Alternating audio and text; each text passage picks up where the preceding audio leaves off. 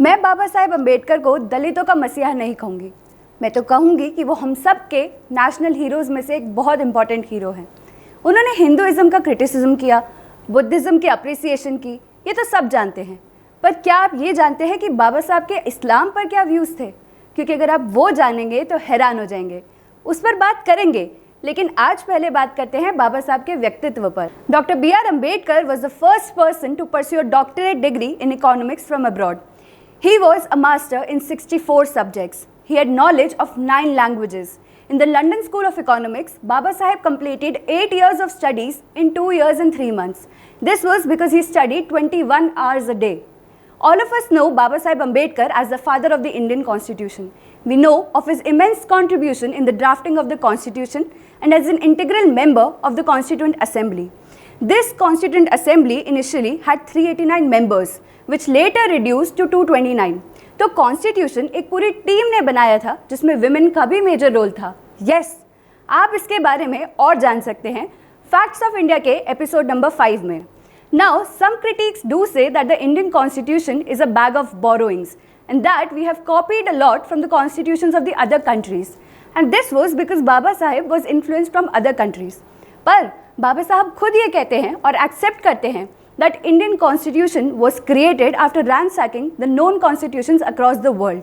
पर वो ये भी ऐड करते हैं कि as to the accusations that the draft constitution has reproduced a good part of the provisions of the Government of India Act 1935, I make no apologies. There is nothing to be ashamed of in borrowing. But we need to understand that despite the borrowed features in the Indian Constitution, it is a unique set of laws that explains the structure and the working of the Government of India. हम सब ने बाबा साहेब के caste system के against struggles के बारे में पढ़ा ही है। B.R. Ambedkar was hailed as the Mook Nayak, that is, leader of the downtrodden. But Baba Saheb was not only an activist of the Dalits, he was also the first law minister, an administrator, an educationist, an economist, a philosopher, a jurist, and a politician. He was a very ambitious person. उनके ambition को fulfil करने में उनकी dedication और मेहनत के साथ साथ बहुत सारे लोग थे, जैसे बड़ौदा के महाराज, जिन्होंने बैकवर्ड कास्ट के लिए अब्रॉड स्टडीज़ के लिए स्कॉलरशिप स्टार्ट करी थी। फिर बाबा साहब के टीचर कृष्णा जी केशव, जो खुद ब्राह्मण थे, और उन्होंने ही अंबेडकर जी के नाम में अंबेडकर ऐड करवाया था। अब इंटरेस्टिंगली समझने वाली बात यह है कि even though caste system persisted in India, Baba Saheb की हेल्प करने और उन्हें प्रमोट करने के लिए क्षत्रिय और ब्राह्मण भी आए थे। एक और फैक्ट देखिए कि बाबा साहब की दूसरी पत्नी खुद एक सरस्वत ब्राह्मण थी। तो समझने वाली बात यह है कि बाबा साहब ब्राह्मणों के खिलाफ नहीं थे, वो कास्ट सिस्टम के खिलाफ थे। मूक नायक के एडिटोरियल्स में बाबा साहब ने तिलक जी की लीडरशिप क्वालिटी को भी बहुत अप्रिशिएट किया है। लेकिन दुख की बात यह है कि आजकल के कुछ महान लोग हैं जो अपने आप को बाबा साहब के फॉलोअर्स तो बोलते हैं, लेकिन वो खुद बाबा साहब को नहीं समझते। वो एंटी ब्राह्मण बातें करते हैं और देश को तोड़ने का काम करते हैं। एक और बहुत इंटरेस्टिंग फैक्ट है, बाबा साहब खुद 25 नवंबर 1949 की कॉन्स्टिट्यूंट असेंबली की स्पीच में कहते हैं, will Indians place their country above their creed?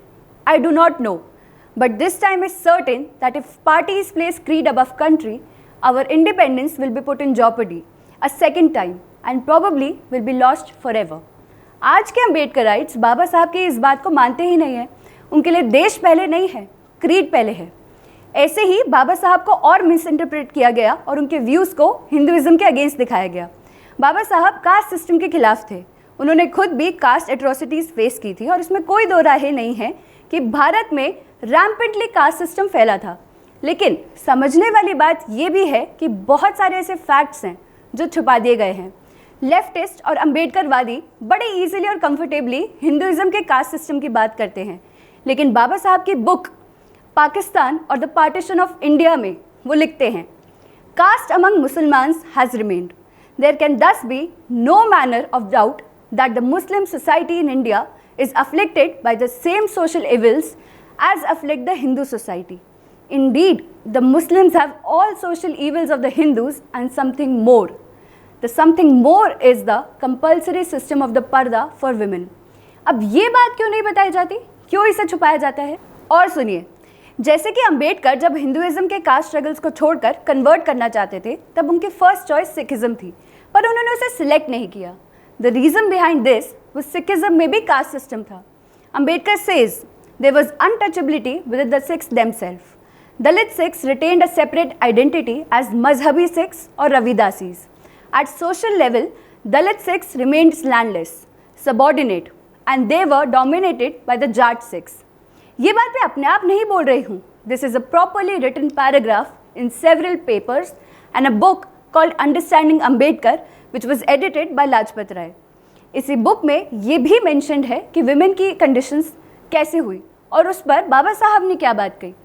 बाबा साहब खुद एग्जाम्पल्स देते हैं कि कैसे वैदिक पीरियड में विमेन का स्टेटस कितना एम्पावर्ड और पावरफुल था. He gives examples of Brihadaranyaka Upanishad in which Gargi was acclaimed for a knowledge by the very learned Yajnavalkya. Women का उपनयन संस्कार भी होता था.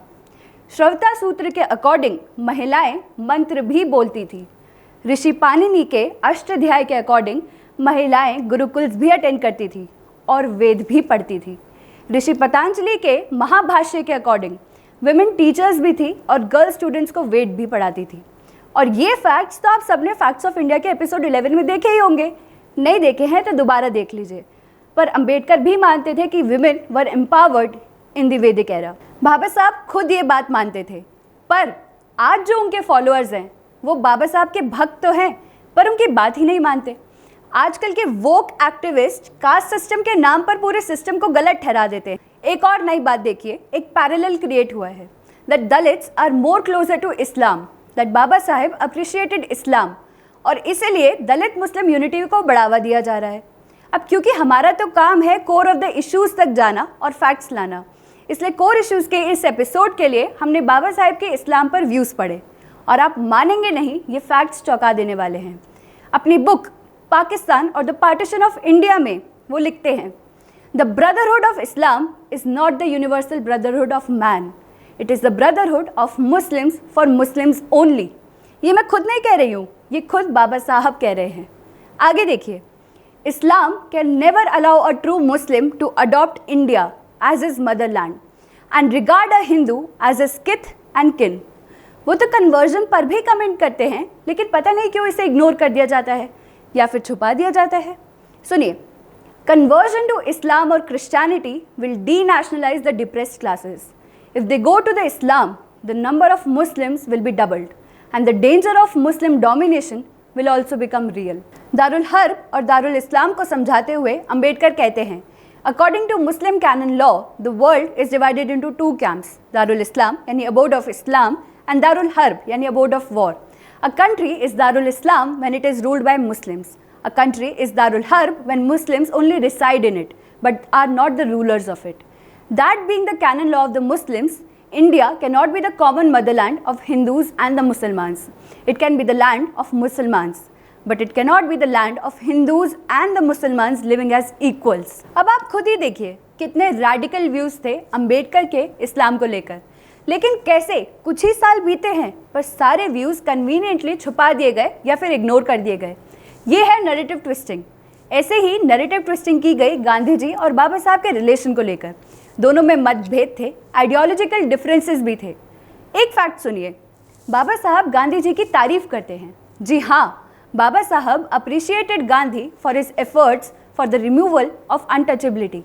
असल आइडियोलॉजिकल डिफरेंस वहाँ आता है जहाँ अंबेडकर के लिए स्वराज इंपॉर्टेंट नहीं था, एनहाइलेशन ऑफ अनटचेबिलिटी इंपॉर्टेंट थी, removal of caste system important था, लेकिन गांधी के लिए freedom of the nation was utmost.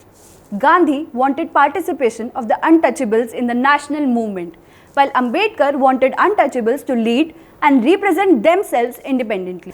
Gandhi asked untouchables to fight against the British first, and then, after independence, Hindus will work on bringing reforms in Hinduism. But for Ambedkar, the utmost priority was to uplift the depressed class. इसी वजह से बहुत से लोग बाबा साहब को Indian freedom struggle में participate ना करने के लिए क्रिटिसाइज भी करते हैं, लेकिन ऐसे में अंबेडकर के लिए क्लास जस्टिस बहुत इंपॉर्टेंट था और उन्होंने ब्रिटिशर्स से भी इसके लिए कांटेक्ट किया था.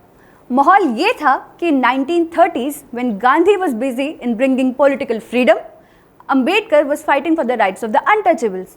और इसमें कोई दो राय नहीं है कि बाबा साहब ने डिप्रेस्ड क्लासेस के लिए सबसे ज़्यादा काम किया है, उन्हें अपलिफ्ट किया है, उन्हें इक्वल राइट्स दिलाए हैं और मोर इम्पॉर्टेंटली ये उनकी पर्सनालिटी का एक पार्ट है he was highly qualified, multi talented, ambitious and what not. इतना सब कुछ है बताने के लिए कि एपिसोड क्या सीरीज बन जाएगी, वो भी सीजन्स के साथ। लेकिन उनके जन्मदिन के रिमेम्बरेंस में ये एपिसोड था और हमें उन्हें पढ़कर ये समझ आया कि we have to read and know our personalities. अगर हम उनकी आधी बातों को कन्वीनियंटली कोट करेंगे तो देश को भटकाएंगे, पर इसीलिए हम आपके लिए कोर इश्यूज़ के रिसर्च एपिसोड्स लाए हैं। तो एंड में यही है कि अब से बाबा साहब को तो मानेंगे ही, साथ ही बाबा साहब की भी मानेंगे। इसी बात पर राम राम, नमस्कार, भारत माता की जय।